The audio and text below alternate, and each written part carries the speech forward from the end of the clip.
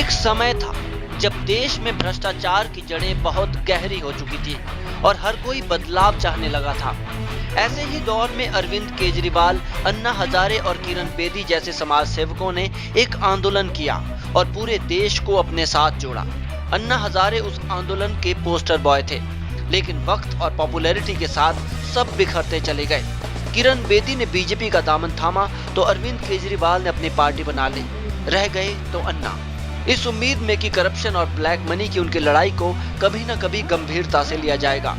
नवंबर 8, 2016 को जब प्रधानमंत्री नरेंद्र मोदी ने 500 और 1000 के नोटों को बैन करने का फैसला सुनाया, तो जिन लोगों को काले धन से मुक्ति की उम्मीद दिखी, उनमें से एक अन्ना हजारे भी थे। लेकिन अरविंद केजरीवाल को प्रधानमंत्री की नीयत पर भी उसी तरह शक हुआ जैसे उन्हें इंडियन आर्मी की सर्जिकल स्ट्राइक पर शक था, और उन्होंने प्रधानमंत्री से इस मुद्दे पर सवालों की बौछार लगा दी। आइए कभी करप्शन के खिलाफ एक साथ लड़ने वाले दोनों समाज सेवियों की डिमोनेटाइजेशन को लेकर राय हम आपको दिखाते हैं। भ्रष्टाचारी लोग हैं, जितने बड़ी बड़ी ताकतें हैं, बहुत बड़ी बड़ी ताकतें हैं, उनके खिलाफ हम लोगों ने खूब आवाज उठाई, अपनी जान की बाजी लगाई।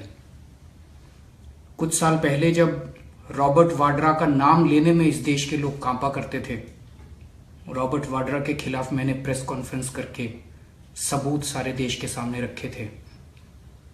मुकेश अंबानी जी का नाम लेने में जब लोग कांपा करते थे, मुकेश अंबानी के, अनिल अंबानी के, उनके परिवार के, उनकी माता जी के, उनके स्विस बैंक के अकाउंट नंबर मैंने कुछ साल पहले प्रेस कॉन्फ्रेंस करके सारे देश के सामने रखे थे।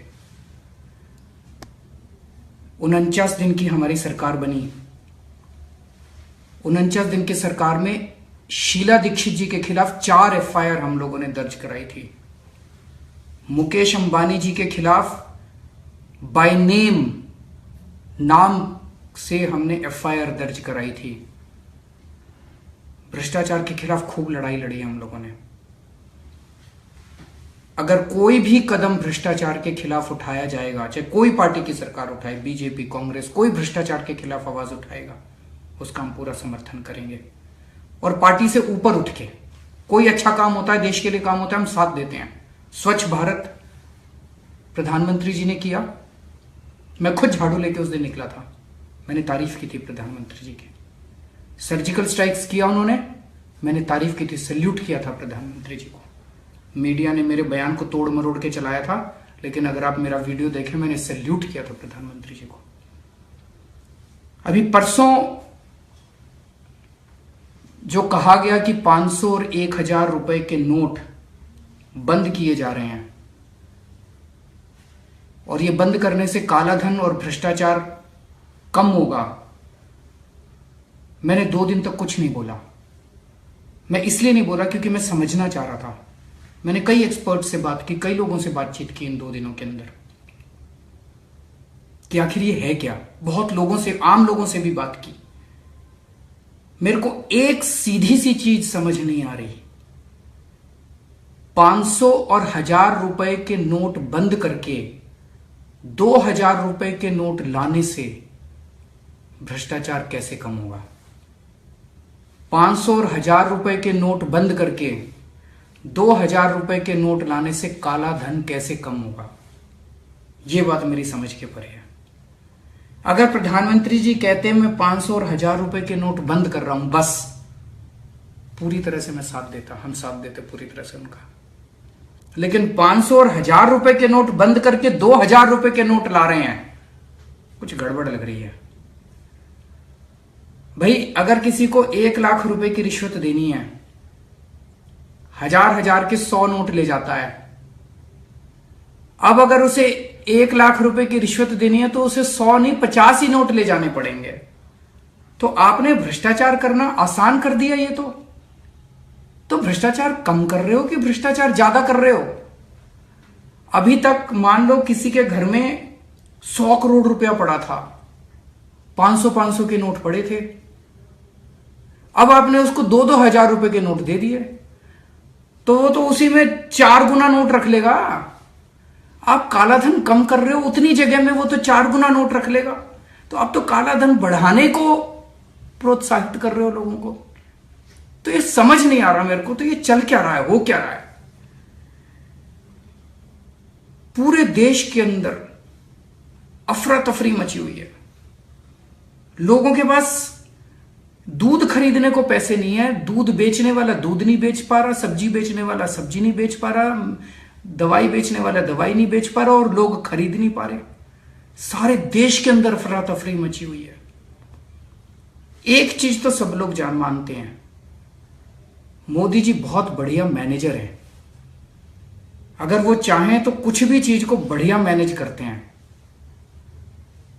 इसको उन्होंने मैनेज क्यों नहीं किया ठीक से?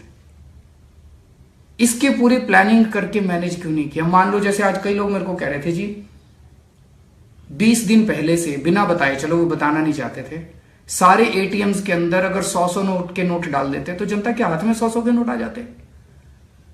बहुत सारी प्लानिंग की जा सकती थी, बिना बताए प्लानिंग की जा सकती थी, क्यों नहीं की?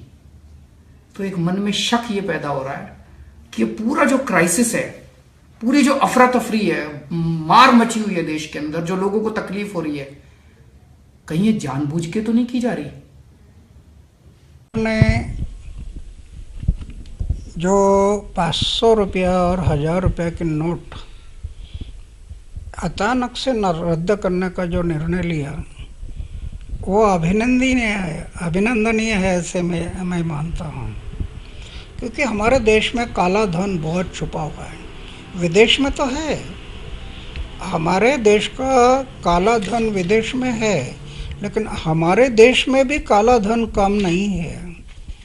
तो ये काला धन बाहर आने के लिए जो मोदी सरकार ने जो निर्णय लिया, वो बहुत अच्छा निर्णय है।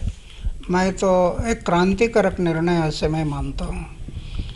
पहले सरकार में भी हम लोग ये मांग करते थे, लेकिन पहले सरकार में नहीं हुआ। इन सरकार ने भी 2 साल के बाद ये निर्णय लिया, लेकिन बहुत अच्छा निर्णय है।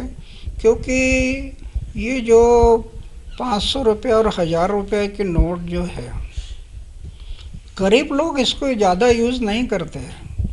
झोपड़पट्टी में रहने वाले लोग 500 रुपये 1000 रुपये का दैनंदिन व्यवहार में कितना यूज़ करते हैं? वो तो गरीब लोग 5 रुपया, 10 रुपया, 20 रुपया, ज़्यादा से ज़्यादा 100 रुपया, इतना ही व्यवहार होता है। ये जो 500 1000 रुपये के नोट है ना, इसमें सब ऊपर वाले लोग होते हैं और उनका व्यवहार लाखों करोड़ों रुपए का होता है। तो इसलिए ये 500 और 1000 रुपया हम लोग कई सालों से मांग कर रहे थे। हमारे जैसे कई लोग देश में ये बोल रहे थे कि 500 रुपया और 1000 रुपये के नोट रद्द होना चाहिए। वो निर्णय आज इस सरकार ने जो लिया है, इसके लिए हम उनको धन्यवाद देते हैं।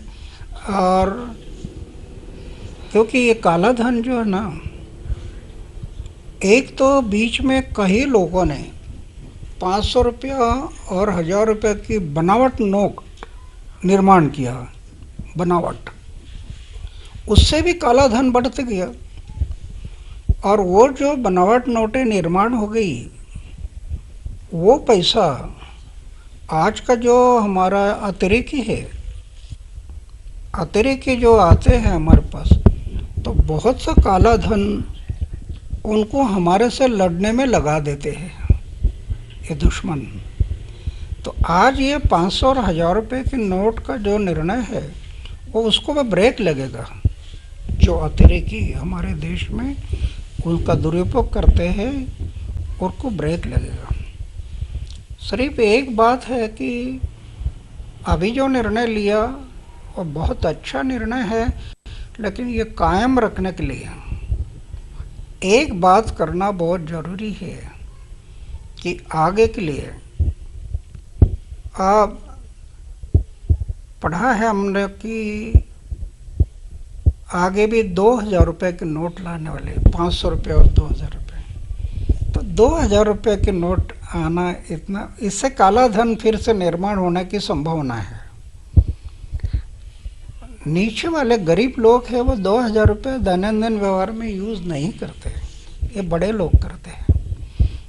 और काला धन ज़्यादा से ज़्यादा ये बड़े व्यवहार करने वालों में ज़्यादा है। तो इसलिए ये 2000 वाले जो नोट आने वाली है उसके लिए सोचना जरूरी है। अगर लाना ही है तो उसमें एक बात करना जरूरी है कि कोई भी व्यवहार, गरीब हो चाहे अमीर हो, कोई भी बैंकिंग, कोई भी व्यवहार है पैसों का, 2000 तक कैश व्यवहार कर सकते हैं, 2000 रुपया तक। उसके ऊपर के व्यवहार है वो सब चेक या ड्रॉप से होना चाहिए, फिर ये काला धन निर्माण नहीं होगा, उसका पूरा पारदर्शिता आ जाएगा। हाँ, और उसको ब्रेक लगेगा। तो ये होना जरूरी है। तीसरी एक बात है, जैसे 500 रुपया 1000 रुपया नोट रद्द करके ब्लैक मनी बाहर आने के लिए कोशिश हो गया। आगे के लिए ब्लैक मनी जो इलेक्शन होते हैं ना पक्ष और पार्टी के, तो आज क्या होता है, पक्ष और पार्टी को जो डोनेशन मिलता है उसका हिसाब नहीं दिया जाता है, ऑडिट नहीं है। और वो इकट्ठा आकर ये निर्णय लिया है कि 20,000 रुपये का हमें जो पक्ष और पार्टी के लिए इलेक्शन के लिए पैसा आता है उसका हिसाब नहीं देना। फिर लाखों रुपए ये लोग इकट्ठा करते हैं और उसके 20-20 हज़ार के टुकड़े बनाते हैं और उसके बोगस नाम चढ़ाते हैं, नाम्या, गोम्या, दाम्या, राम्या, चिम्या, बोगस नाम देते हैं। और ये ब्लैक मनी हमारे देश में वाइट होता है। तो ये आगे के लिए ब्लैक मनी निर्माण ना हो, इसलिए पक्ष और पार्टी के लिए 1 रुपया भी अगर डोनेशन किसी का मिलता है तो उसका ऑडिट होना जरूरी है, स्पेशल ऑडिट। हर पक्ष और पार्टी का स्पेशल ऑडिट करो, तब जाकर ये काला धन नहीं बढ़ेगा। इंडिया की तमाम तरह की खबरों के लिए हॉट इंडियन न्यूज़ को सब्सक्राइब करना ना भूलें।